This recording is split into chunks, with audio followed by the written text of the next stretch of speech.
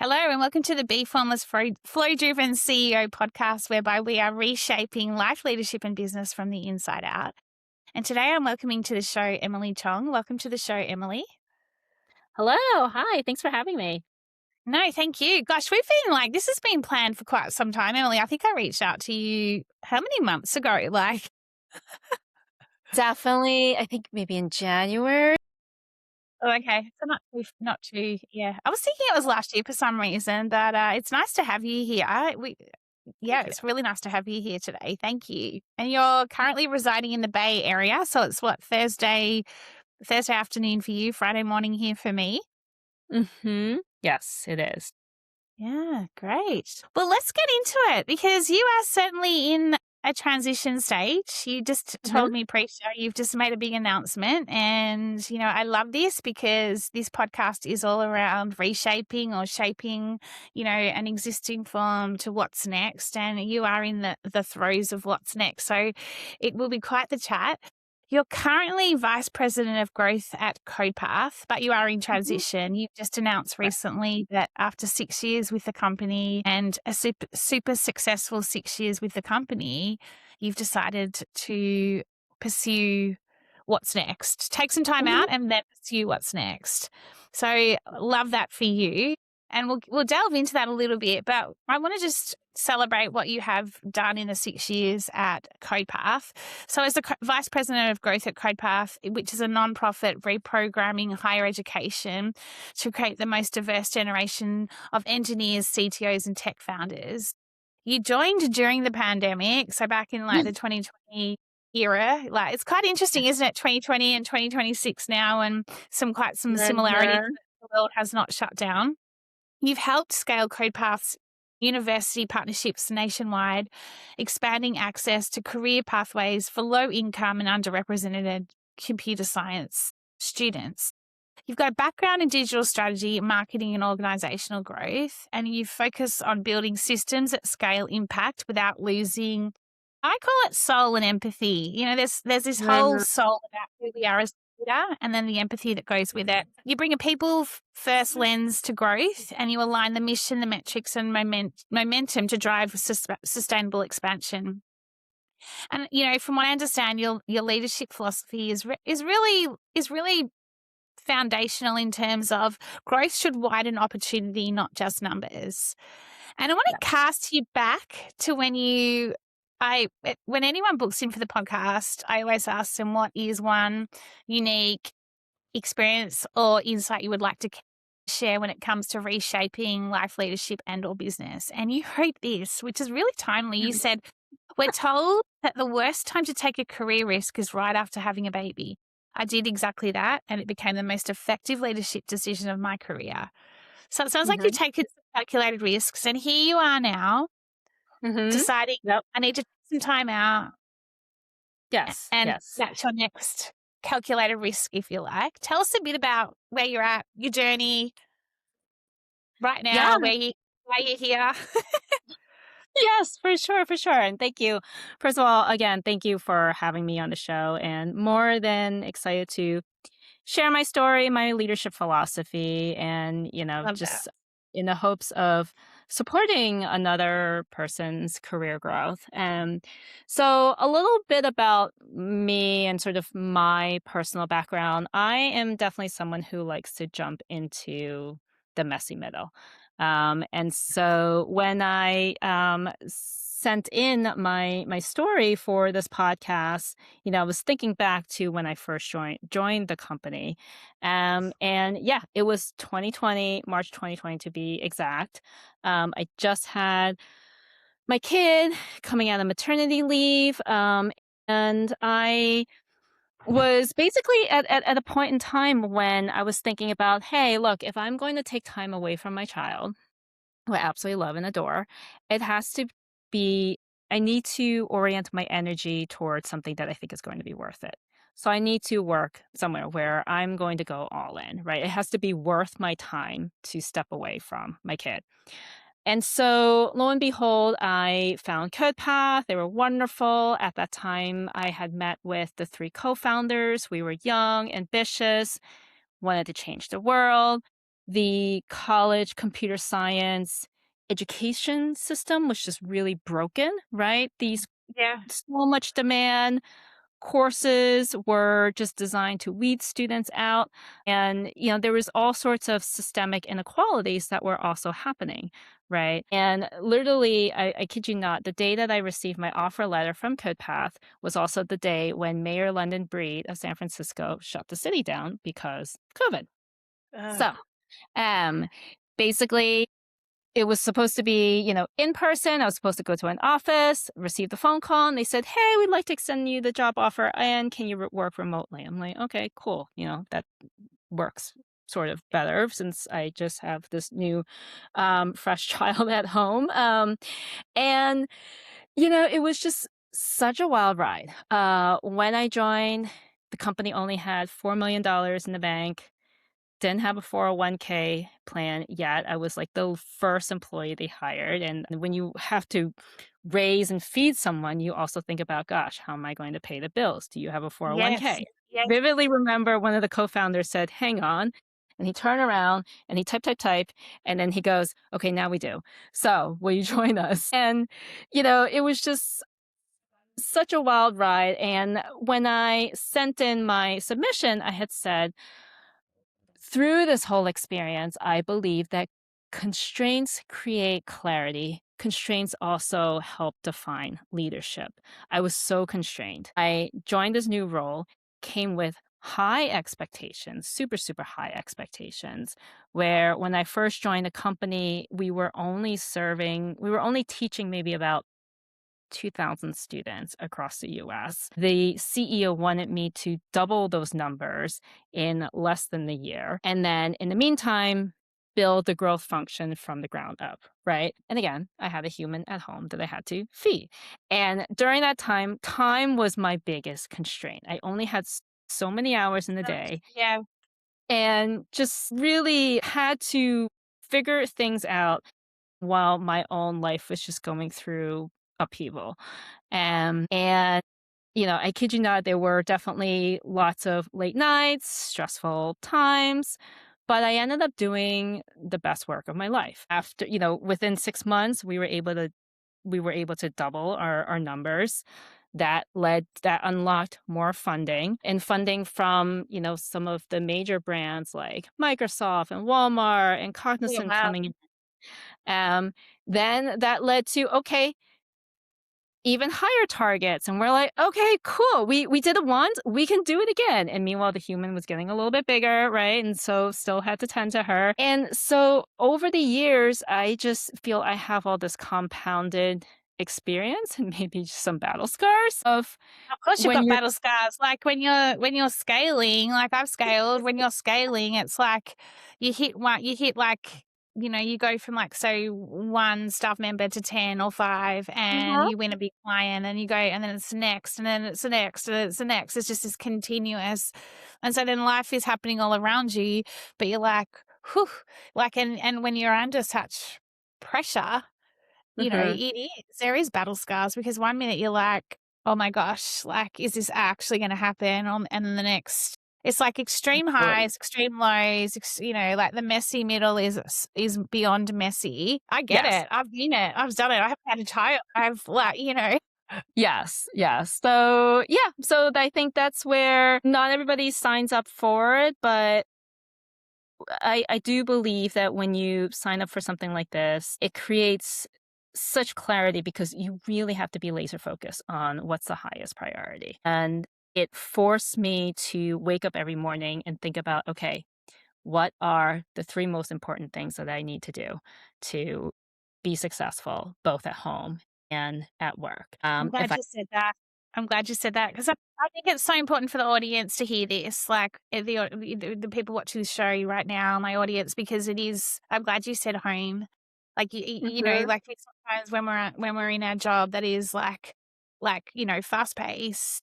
The first thing you sometimes do, and I did it for a long time, is you wake up and the first thing you're thinking about is work, but you've just prioritized home than work. Yes. And I think that's, it's what we should be doing. So everyone listening, home first, family first, work Right. happen. I always call it allowing your work to fit into your life, not your life fitting into your work. And I think that's a really important point to make here. Yeah, absolutely. Yeah. So, I mean, it forced me to have sort of this morning ritual, which is, wake up in the morning. What's the most important thing to tackle at home? What's the most important thing to tackle at work? Write them down, say a little blessing for myself, and then seize the day. And it's a ritual that has served me well and just like gives me comfort. And I think it's just a habit that I have found to be extremely helpful for myself. Yeah. um so yeah, and I mean, I would say you also talk about sort of why, you know I can certainly, like, talk about sort of this is the beginning and what it has led, although I haven't really gone into all the messy Excuse me. details yet. Excuse me. Bless you. No, thank you. Sorry, say that again. I probably interrupted with my sneezes. I've had a bit of a cold and it's still lingering slightly, but you were saying that can you Yeah, repeat that? yeah, for sure. What I was just saying was, that I just feel, again, with my personality, with the constraints, throwing myself with the extreme constraints, I do believe that that's when people can do our best work. That's when you're forced to identify what is highest leverage, what's most important, what can move the needle, and you end up applying that to every facet of your life, right? Whether it comes down to home life, whether it comes down to hiring. So if you're hiring someone and then you're thinking about, okay, let's say I need someone to send emails, right? I'm going to hire this email marketer. Then you're going to think about, all right, how are they going to move the needle for my goals? Because my goals are extremely ridiculous and high. Then you think about, as you're interviewing these people, well, how quickly can this person get me to this goal? And what if I were to shrink the goal from a year down to 3 months and ask them to do that? Could they, like, do I have confidence that they can do that, right? Yes. So I just think it's all about optimizing your, you know, all the things that you need to do in life down to what's most important. What's most Yeah. important? Is this the Agree. most? Emily, I So, want to dig into, but I agree on all of that. I don't want to dig into this decision to then go after 6 years. I'm going to take some time out and then mhm. explore what's next. Was there a definitive moment, or was it that, you know, I guess where I'm going with this is when you have a baby, your identity somewhat changes because you have a little person. It's not just you anymore. It's you and a little person. And so that almost reshapes you in a way, and it reshapes your career. It gave you constraints around getting crystal clear and laser focused on what you need to focus on when it comes to work, also as well as family life, and setting those priorities. I love your 3 priorities per day, like, for the morning, and setting yourself up. 6 years later, I've had moments in my career as a leader where, I've noticed a shift in myself, a shift in who I am, what I am, and what I'm looking for. Was this a moment like that for you? Like after 6 years, was it just, I need to take some time out to explore what's next? I'm feeling within me something stirring. I'm not sure what it is, but I need to pursue it. What was it for you that made you decide, okay, I'm ready for my next adventure, if you like? Yeah, I would say it was a combination of things. One was, going back to my original point, which is what I would always ask myself, is this worth me taking time away from my kid, right? And after 6 years of an extremely fun dream role, with lots of ups and downs, lots of growth cycles, it also came. I started questioning myself at the beginning of this year. Hey, am I at my best self when I Yeah. leave? I'm with my kid, and Yeah. so once I felt that I wasn't, that I was carrying the weight and the stress, that's when I knew, okay, it's time to change, right? Because it's almost like that was my North Star, which is this worth me taking time away from my kid?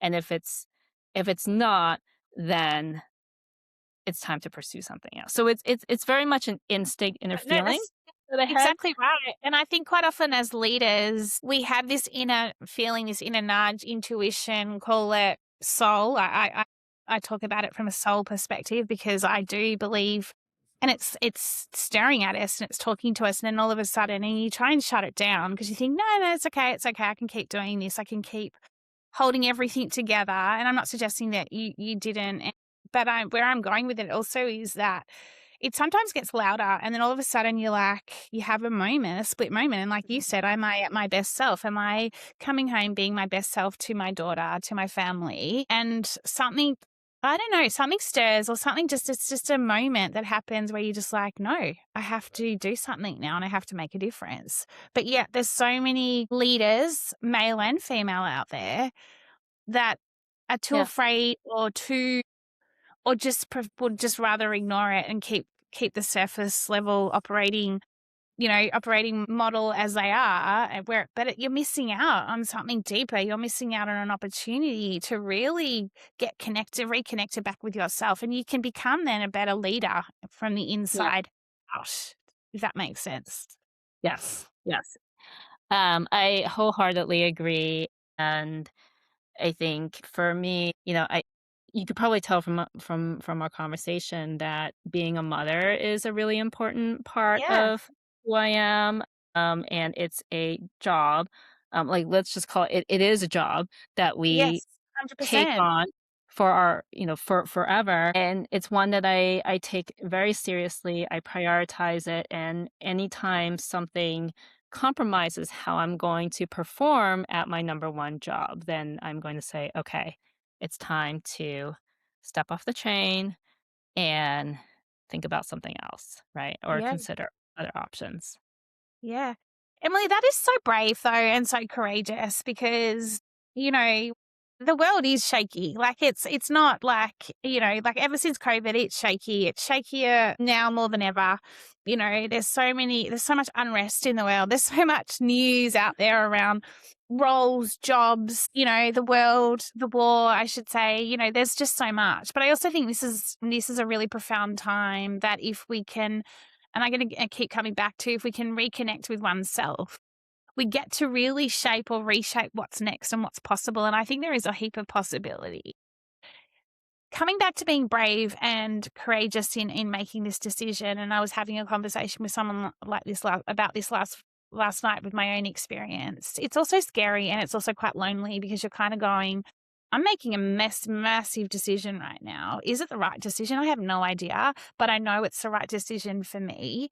And then being brave enough to then go to the founders of the company and say, I've decided I've done all I needed to do here and I'm going to take some time out. That would have been for you, must have kept you awake a little bit at night, right? Like, because 6 years in, they're everyone's on a high.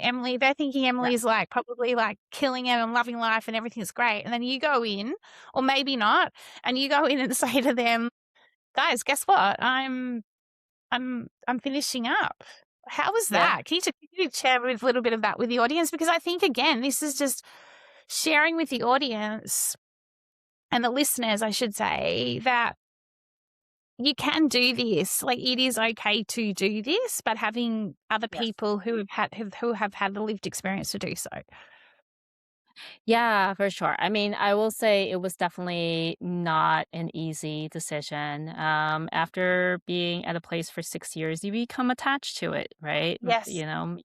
It's part of your DNA. You're part of the company's DNA, and it's also somewhat addictive too, right? To That's such a good point. Yeah. deliver growth, do what you had set out to do, build a foundation. It becomes this high that you want to keep Yes. consuming. Dopamine. Yeah. Yeah, for sure. And And so it was definitely not an easy decision. I mean, how I came about it was actually during the holiday break. I was taking an evening walk with my husband, and our dog, and we were just talking about life and where my head was at. And luckily for me, I had his support. I also think this is something that we don't talk about enough as women in leadership positions is when you have that supportive person at home who can say, do what you need to do and it'll be Yeah. okay. The minute I heard that from him, I knew at the bottom of my heart that this was the right decision. And when we went back to work, I went to my leader and I said, look, let's discuss a leadership transition. I think it's time. And, they're wonderful and very accommodating, very understanding. And so I just think yeah, I think when you know at the bottom of your heart, you just do it and hopefully the world will be fine. Right. Like I, It I will. will, I will admit it is scary. Right. It's, Yeah, it's so scary. No, we don't talk about the scariness enough. Like, it's so scary. But we have a choice, right? And the choice is continue down the path that we know and that is really comfortable, but also not allowing us, I'll use your language, to be our best selves, to feel fulfilled, to show up to your daughter or whoever as your best self. So we can choose to Mhm. continue to choose to go down that path. Or we can actually go, you know what, if I don't do this now, this could not this won't end well. So I'm better off to do this now because then I get a chance to shape and reshape it and shift it in a way that works for me now and works for who I am 6 years later. Because you're not the same person that you were 6 years ago. And for me, this Right. is about this continuous evolution of who we are. So now you get the chance to go, okay, who is Emily now and what does Emily want to explore when it comes to what's next? And I think that we don't talk about that enough. And I think that the scariness of that, even if that is scariness a word, it's probably not. It's Friday morning here. My brain's still, that it is scary because you are standing in the unknown. You are standing in the unknown, but you're being asked to be more curious, to be more open-minded. And I think that if we can allow ourselves some time to get off the dopamine, uh, hamster wheel and to Yeah. sit with it, that's when the insights, that's when the nuggets show up. And I was having this very conversation about myself last night because we, as women, we just keep going and going and going. And I think that we don't allow ourselves the time to just give ourselves that grace to be able to just go, okay, what's next? What does it look like? Or not even Yeah. worry about what's next. Just be here and just see what unfolds as we go, Yeah, absolutely. I will say in my experience, so this is going to be my third career break. So I've taken two previously in my career. And each time I've taken a break, I have learned that what follows next is usually an extremely transformative period of my Yes. career too. So I'm a big supporter of embracing the break, stepping off the hamster wheel. So what I'm looking forward to is just a chance to pause and listen and recharge, but also just start to discern the substance from the noise. Like you said, there is Mm. so much happening in the world, just from AI to in the US, there's all sorts of macro. I know we're seeing it all. We're seeing it all. It's We're hitting seeing it it's all. hitting the news every day. I'm just like, I haven't looked at the news this morning because I'm like, I cannot see one more like really doomsday bit of Yeah. news right now. I just have to stay focused on what is in front of me. And if I can make a difference and impact this world in a brighter, more power, could use the word power, but for good way, I'm doing my job. Mhm. Yeah, yeah, absolutely. I mean, I was actually just talking to someone about the one thing that I'm really curious about exploring post CodePath is just understanding all the different innovations that are happening around the world. Right. In a prior life, I had lived and worked in Asia. specifically in tech in China.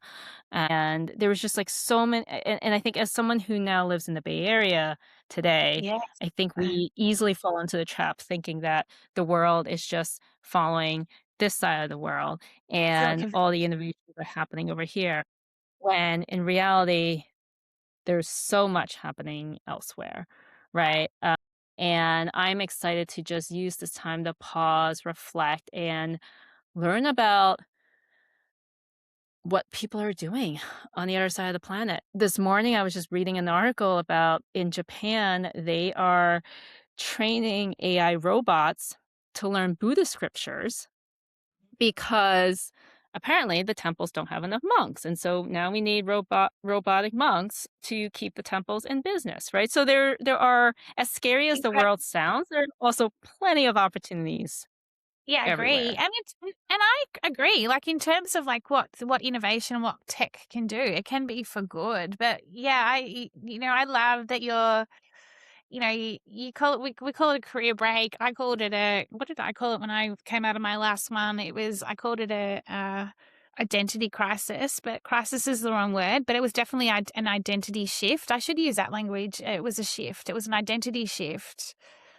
And I reflect now on, I could have stayed in the career I stayed in, but I was like, there's so much more to explore here. And then when you open everything up, it does give you that ability to, take those blinkers off and look Mhm. around. And there is, like, I mean, I've interviewed over 300 people around the world now, and there is huge amounts of innovation happening in Israel, Europe, India, not Yeah. just the US, like everywhere, Japan, everywhere. Like it's incredible. Like there's all these different hubs. So understanding what that looks like.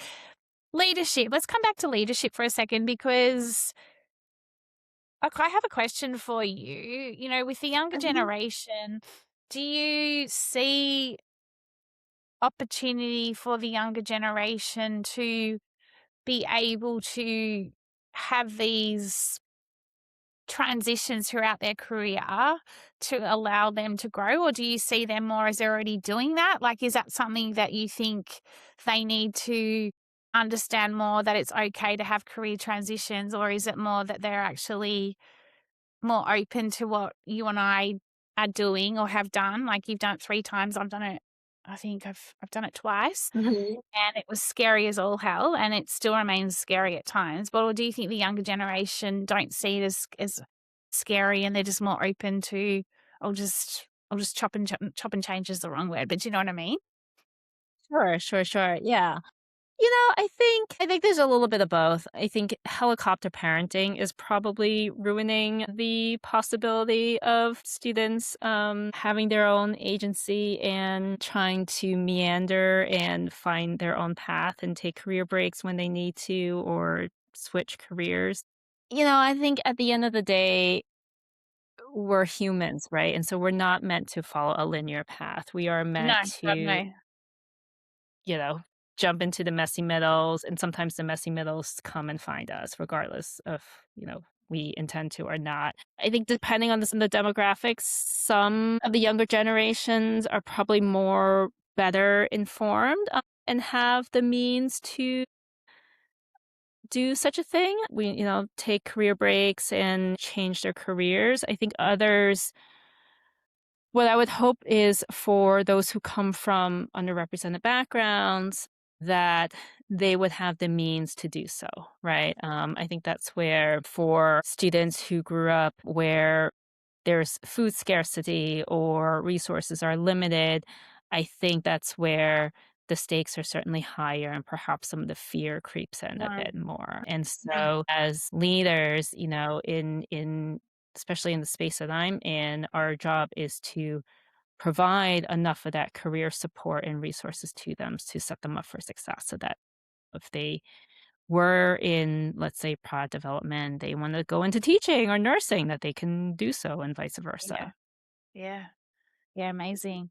And so what does the break look like for you? Like, you finish, you know, and you've had 3, right? But I vividly remember the day I finished up in my previous world. It's 4 years ago actually this year, and I woke up that morning went into the office, and we'd had a big, good farewell for me the night before after 13 years at the company.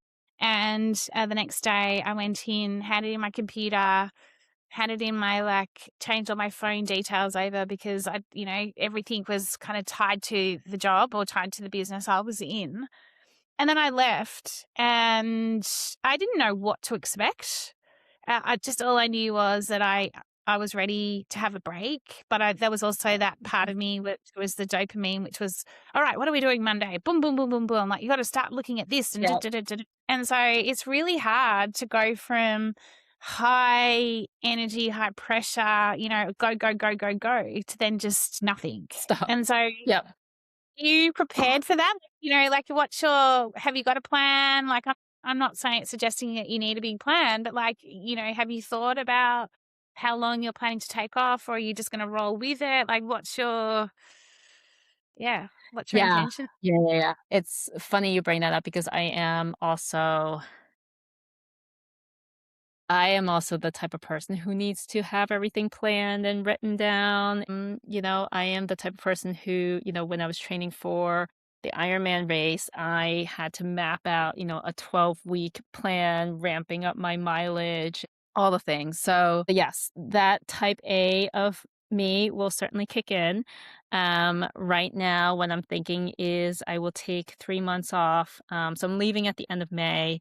And my plan is to spend the summer with my kiddo because who knows when's the next time I will have that Yes, opportunity. amazing.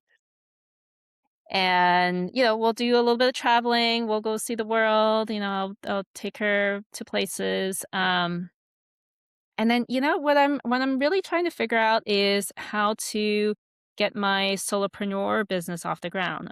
So I'm already doing a little bit of consulting on the side, and this is where I am. This is where some of my curiosity with what's happening across the globe is kicking in because I'm consulting with one Chinese AI company that's trying to rebrand itself and be more Very cool. global. So I want to use this time to again rest, hang out with the kiddo, see what's happening out there, see if I could pick up some more interesting projects to just deliver my impact and learn from. Uh, and then, I'm also curious about exploring other passions that I've not had a chance to do before. I've been doing a lot of hot yoga lately. And so I am thinking, can I launch this consulting gig and be a solopreneur and become a yoga instructor at the same time? How cool. Wouldn't that be the best of both worlds?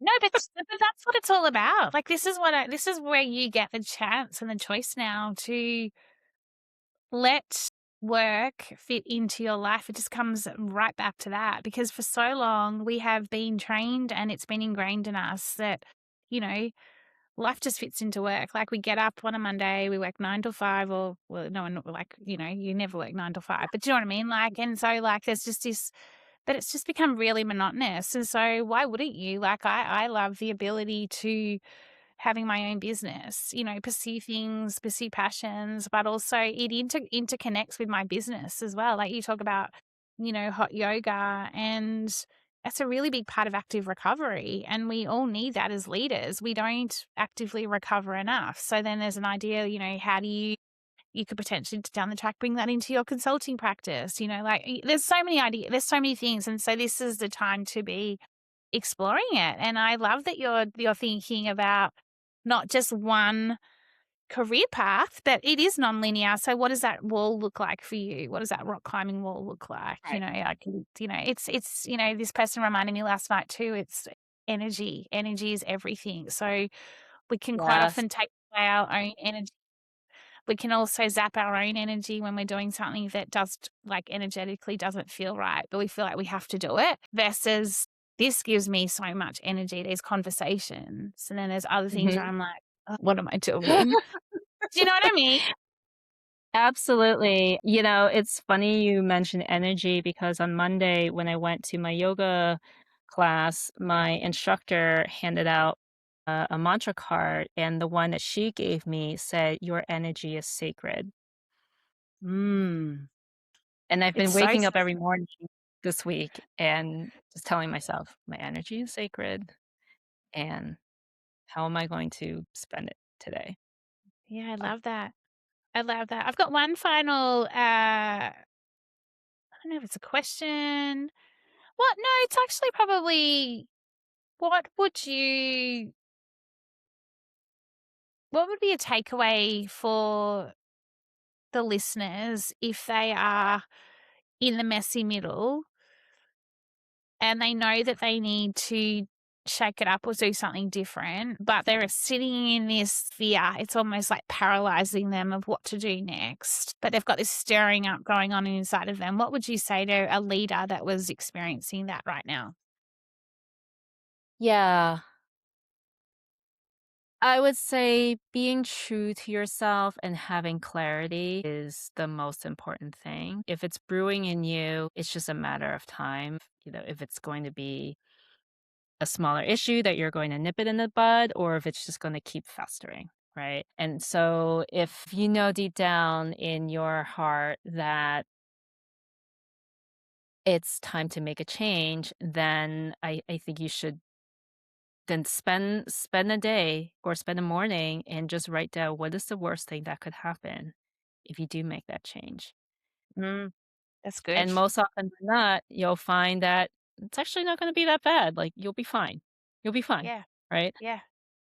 And I think once you have that clarity, then I think that's when the bravery and the courage will come in, and then the rest will just take care of it. Yeah, I agree. Oh, I love that. Emily, what a conversation. I can't wait to chat to you again in like, I don't know, six or so months. Hear where you're at, whether you've got the yoga, whether you're accredited yogi. I know it takes a while, but I do love hot yoga flow actually. So if Ooh. I ever get to the Bay Area anytime soon and you're teaching, I'll come and join a class. But I can't wait to see what you do with your solopreneur period. I feel like that is definitely something I can feel it in you. It's brewing. Yeah, I feel like that could be something that is becomes something that is your next, career. Who knows? But how do we find out more about you? Where do we go? Is LinkedIn the best place to hear more about what your transition? We need to share more of this stuff as leaders, as women. Sharing more around going through the transition is the identity piece. It's really important. And I think I encourage everyone who is going through this to talk about it because it just helps. The more we talk about it, it takes away less of the fear and less of the, I can't do this, because yes, you can. Absolutely. Yeah. Find me on LinkedIn. That's where I'll be posting notes about the messy middle and the transition. And yeah, I had so much fun chatting with you, V. I'm just definitely checking with me in 6 months I from will now. be. I'm sure in between, I'll be like, what did I do? But I'm pretty Well, I'm optimistic that always here if you need that. What have I done sort of thing, because it just, they're waves. It just, and I was having one the other day. I'm not joking. I was just like, where am I headed? What's going on? Everything was going, I was just happening. And I was like, I'm a type A too. And I just had to just have a couple of conversations also with myself and just go, trust the process yeah. and take deep breaths. And I think that's what this is all about. And back to what you said earlier, just stay present. We can't control what's going to happen tomorrow. Even though I'm in Friday and you're in Thursday, I am in the future. You're in the past for me. This is the Yes. present right now. This is what is so important. So, Emily, on that note, I'm going to let you get back to your afternoon and spending time with your daughter and your family or finishing your day. So, thank you so much, and I can't wait to chat to you again in 6 months' time. But reach out if you need prayer, and thank you. Thank you so much. Thank you, V. So Thank you. lovely. And one last thing, I do encourage anyone that's listening to this episode, please do share your comments. Have you been in the messy middle? What's it felt like for you? Are you going through a transition in your career? We would love to hear. It's always helpful to share everyone's journey. So thank you again.